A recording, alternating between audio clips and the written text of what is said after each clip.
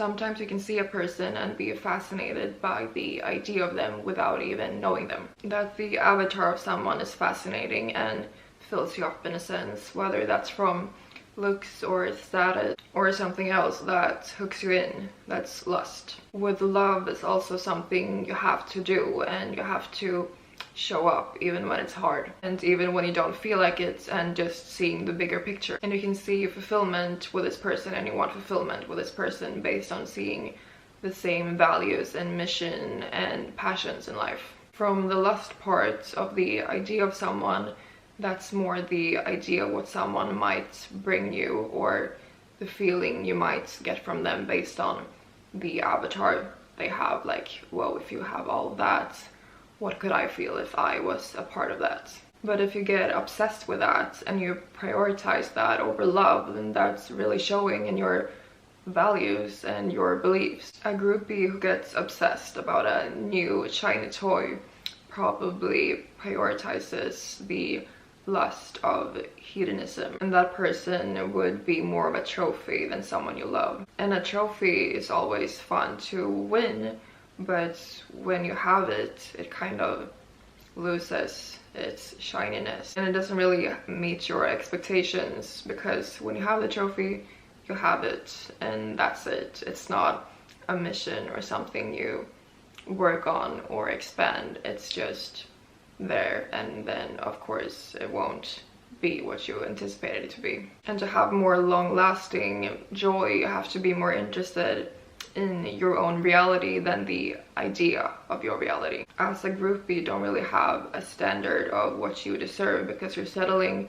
for the idea of someone, and you have no idea how that person would make you personally feel, and you have no idea what their value system is. This person just looks so shiny that you want to be chosen by them, and that won't feel honest or personal. That's the exact same thing in wanting something you can't have. It's not about what you deserve, it's just about proving yourself. And when you want to prove yourself in that sense, that usually comes from not having your own adventure in your life. So then if you're looking at this shiny thing, maybe you can be a part of their adventure instead. And when you always want what you can't have, and you're always chasing an adventure that's the idea of your reality, not your actual reality that you're trying to create for yourself, that will just make you more envious and bitter, and not having any actual gratitude for your own life. With a lot of things in life, most things will feel better in the anticipation than in the actual thing, and then you can get stuck in how something should feel when it's not what you expected. And when you can shift that mindset, the wrongs that happens and the quirks that's happening, that will be the fun parts, and not about getting to a specific place and thinking this will make me feel this way. And the small parts will always be your day-to-day life, so if that doesn't feel good, then you won't really have that much joy. And a groupie can definitely be interested in an artist based on how they inspired and the realness of them, but I'm talking about the ones who haven't thought past the surface of them. And that's when it gets to the trophy part. When you don't know how to make your own life fascinating, it's easy to look at someone who exteriorly looks fascinating and think that that could be an answer.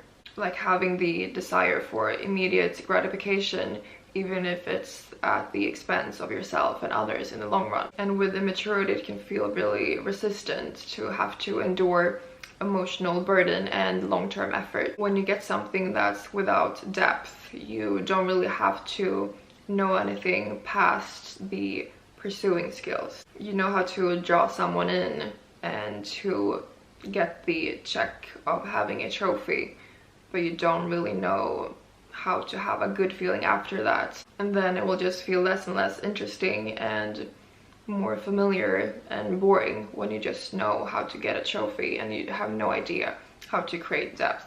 For that, you have to have the mindset of being able to look at things with fresh eyes and appreciate things and how they flourish. And if you don't know how to do that, then you just know how to feel lust for a shiny new toy or for a trophy. And if you want something in the long run, you have to make long-term decisions. If you only know how to make short-term decisions, you will lack meaning and feel drained.